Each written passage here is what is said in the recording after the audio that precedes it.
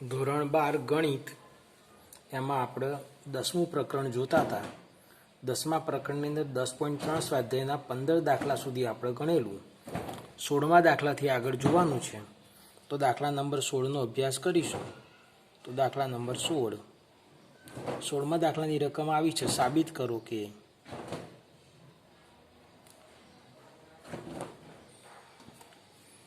આપણને બિંદુઓ આપેલા છે. બિંદુ એ છે 1 2 7.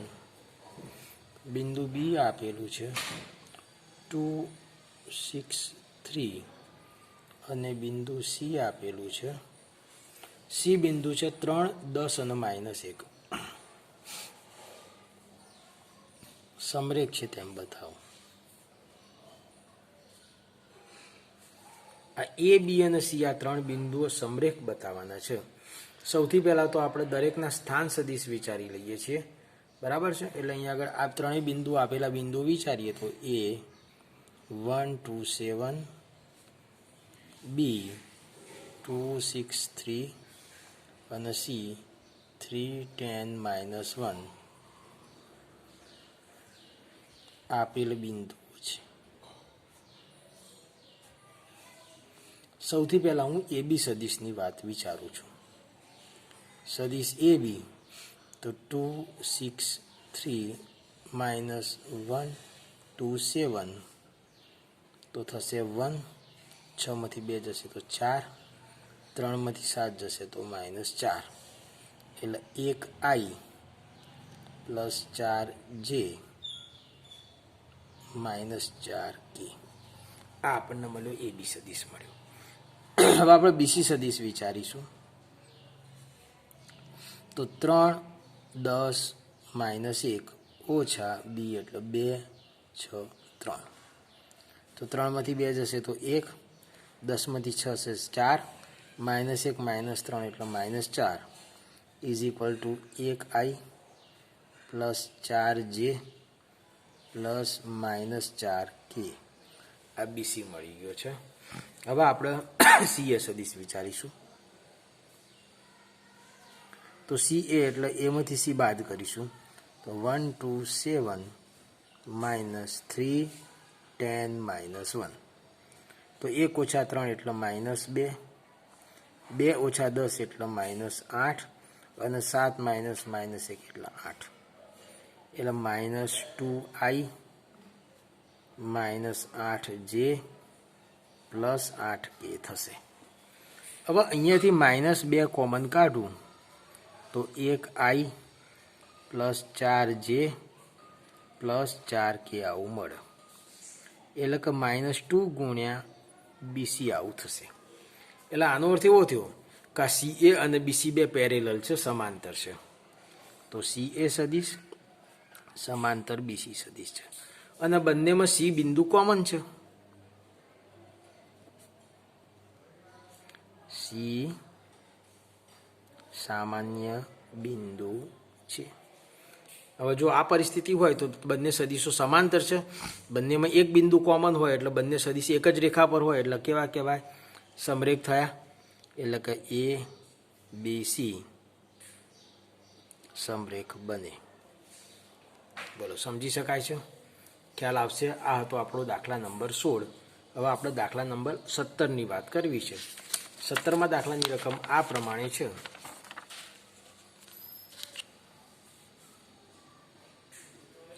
સાબિત કરો કે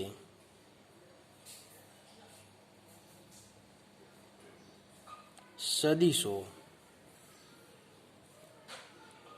2i - j પ્લસ k. બીજો સદિશ છે i -3j -5k.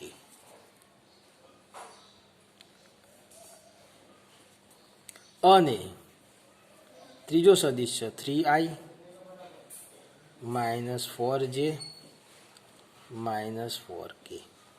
એક કાટકોણ ત્રિકોણના શિરોબિંદુ છે એવું કીધું છે.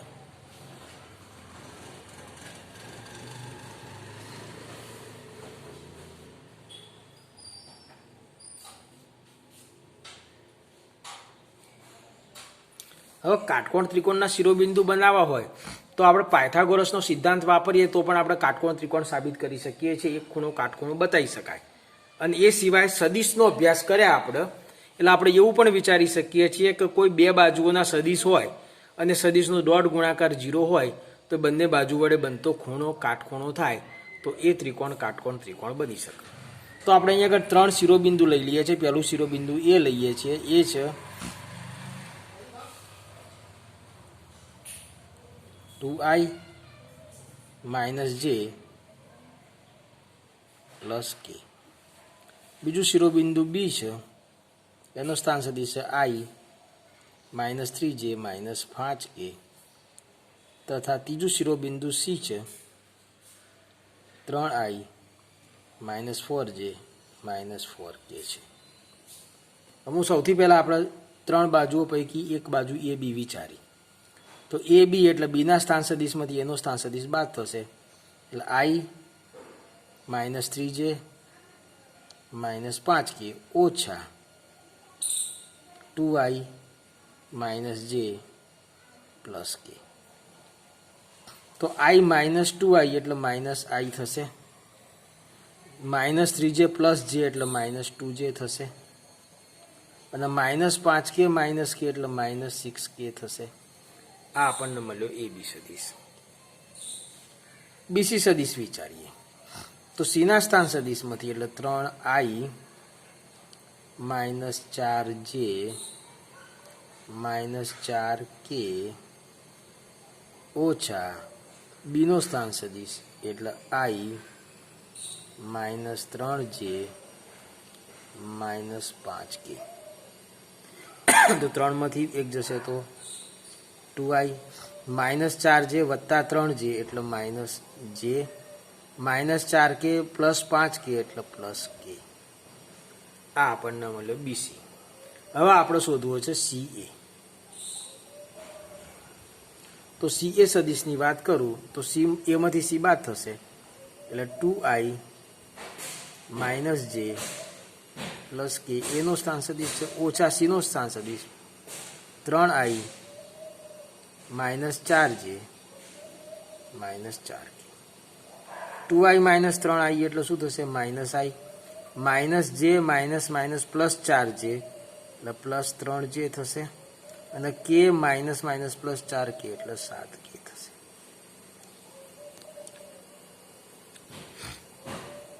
સોરી, k વત્તા 4k એટલે 5k થશે. હવે અહીંયા આગળ આપણે વિચારીએ કે આ ત્રણેય સદિશમાંથી કોઈ બે સદિશનો ડોટ ગુણાકાર 0 થઈ શકે છે. તો અહીંયા આગળ વિચારો તમે કે ભાઈ કયા કયા બે સદિશ એવા છે. દાખલા તરીકે બીસી સદિશ છે અને સીએ સદિશ છે. તો આ 2 એકા 2, આ 3 એકા 3, 3 ને 2 5 અને આ 5 પ્લસ, આ -5 ને પેલા +5 એટલે આપણે અહીં મળશે BC dot CA is equal two 2i - j plus k dot -i plus 3j plus 5k. તો 2 ગુણ્યા -1 એટલે -2, 3 ગુણ્યા -1 એટલે -3, 5 એકા 5, -5 પ્લસ 5 ઇઝ ઇક્વલ ટુ 0. માટે બીસી સદિશ લંબ CA સદિશ છે એટલે કે સી ખૂણો કાટખૂણો થાય. માટે ABC કાટકોણ ત્રિકોણના શિરોબિંદુ છે એવું કહી શકાય.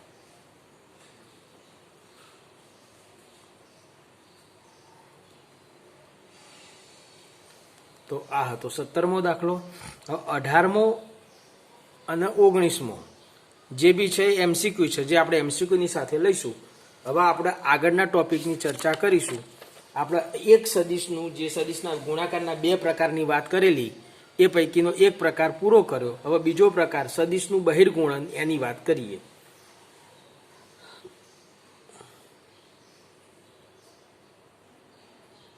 બે સદિશોનો સદિશ ગુણાકાર એને આપણે કહીએ છીએ સદિશનું બહિર્ગુણન.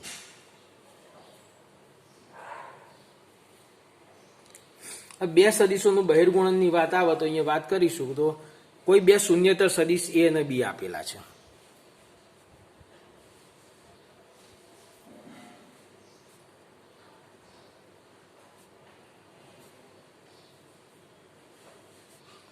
એક સદિશ એ અને સદિશ બી માટે. હવે આ બે શૂન્યતર સદિશો છે એમની વચ્ચેનો ખૂણો થીટા છે.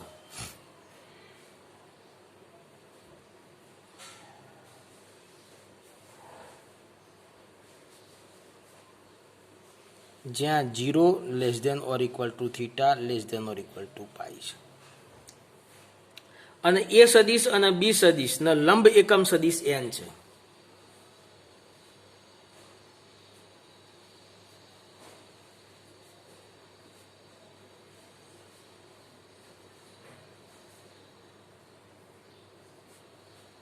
n કેરેટ છે.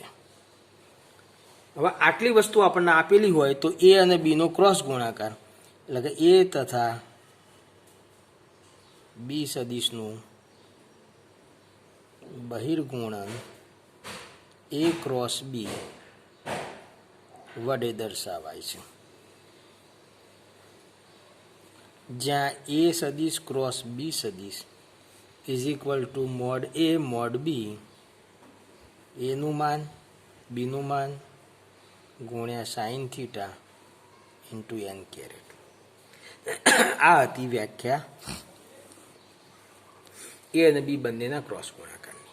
અહીંયા આગળ વાત શરૂઆતમાં જ કરેલી છે કે બે શૂન્યતર સદિશો એ અને બી માટે એમની વચ્ચેનો ખૂણો થીટા છે. તો એ બંનેનો ક્રોસ ગુણાકાર A cross B is equal to એનું માન ગુણ્યા બીનું માન ગુણ્યા sine theta into n caret આ મળતું હોય છે. આ જે સદિશ મળે છે એ બી સાઇન થીટા એ કિંમત છે અને કિંમતને પેલા સદિશ વડે ગુણવામાં આવે છે એકમ સદિશ વડે. એટલે કે કોઈ પણ બે સદિશનો સદિશ ગુણાકાર હંમેશા એમની લંબ દિશામાં હોય. આ શૂન્યતર કીધા છે તો શૂન્ય હોય તો શું? તો સદિશ એ બરાબર 0 હોય અથવા સદિશ બી બરાબર 0 હોય તો હંમેશા એ ક્રોસ બી આપણને શૂન્ય સદિશ મળે છે. બરાબર છે. બે સદિશનો સદિશ ગુણાકાર એટલે જવાબ આવવાનો એ સદિશ જ આવવાનો. તો અહીંયા આગળ આપણને જે સદિશ મળે છે શૂન્ય સદિશ મળે છે. આપણે અહીંયા આગળ બે સદિશનો ક્રોસ ગુણાકાર શોધવા માટે શું કરી શકાય? દાખલા તરીકે મને એક સદિશ એ આપેલો છે a1i plus a2j plus a3k અને બીજો સદિશ બી આપેલો છે b1i plus b2j plus b3k. હવે આ એ અને બીનો ક્રોસ ગુણાકાર વિચારીએ તો i j k a1 a2 a3 b1 b2 b3 આ પ્રમાણે મળે છે. આનું સાદુરૂપ તો નિશ્ચાયકનું વિસ્તરણ આપણે ભણેલા છીએ તો એ પ્રમાણે કરવાનું રહેતું હોય છે. હવે આપણે વાત કરીશું આગળ બીજા મુદ્દાઓ વિશે. તો જાણીએ છીએ કે A cross B is equal to 0 હોય અને એ અને બી બંને શૂન્યતર સદિશો હોય તો એ અને બી બંને સમાંતર હોય અથવા સમરેખ હોય છે એમ કહી શકાય છે.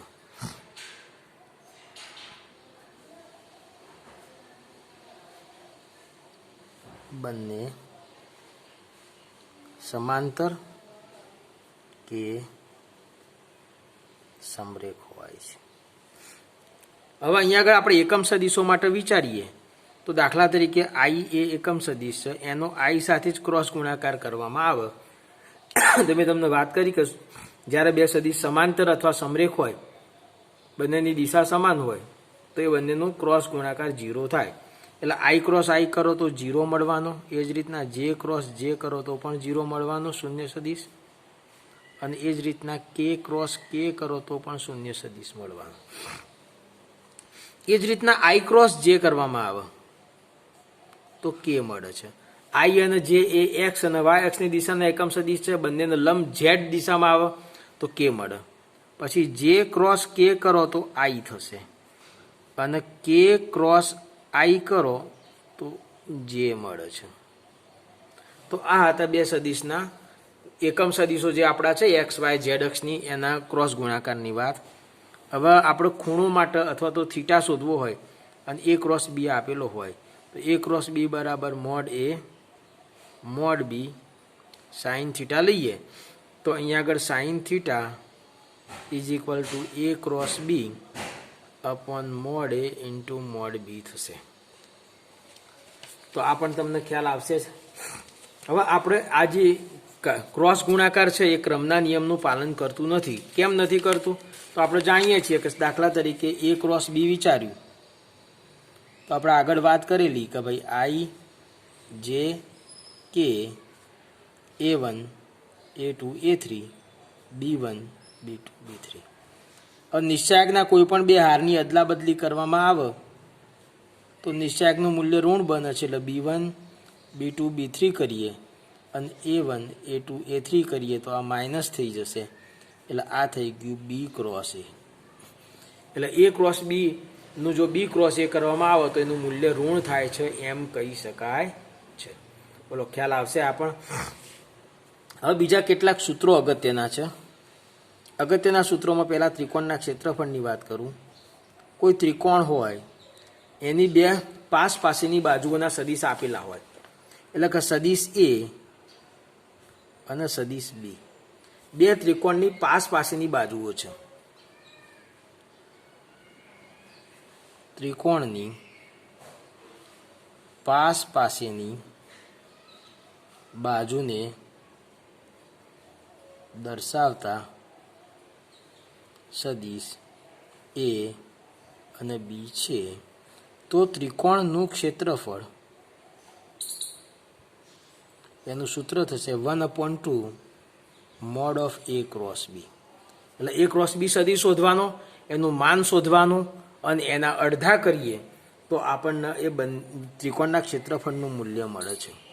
હવે સબાચ સમાંતર બાજુ ચતુષ્કોણ હોય અને એની પાસેની બાજુઓ એ સદિશ અને બી સદિશ હોય, એટલે કે સબાચની પાસેની બાજુઓ હોય એ અને બી, તો સમાંતર બાજુ ચતુષ્કોણનું ક્ષેત્રફળ શું થશે? તો કે ભાઈ એ ક્રોસ બીનું માન. એ ક્રોસ બી શોધવાનું, એનું માન શોધો તો તમને એ સબાચનું સમાંતર બાજુ ચતુષ્કોણનું ક્ષેત્રફળ મળી જાય છે. જો કોઈ સમાંતર બાજુ ચતુષ્કોણના બે વિકર્ણો આપેલા હોય, એક વિકર્ણ સદિશ એ બતાવતો હોય અને બીજો વિકર્ણ સદિશ બી બતાવતો હોય, એટલે કે સમાંતર બાજુ ચતુષ્કોણના વિકર્ણો સદિશ એ અને સદિશ બી હોય તો સબાચનું ક્ષેત્રફળ બરાબર 1/2 mod of A cross B થશે. અને સૌથી અંતે એક અગત્યનું સૂત્ર જેને આપણે કહીએ છીએ લાંગરાજનું નિત્યસમ.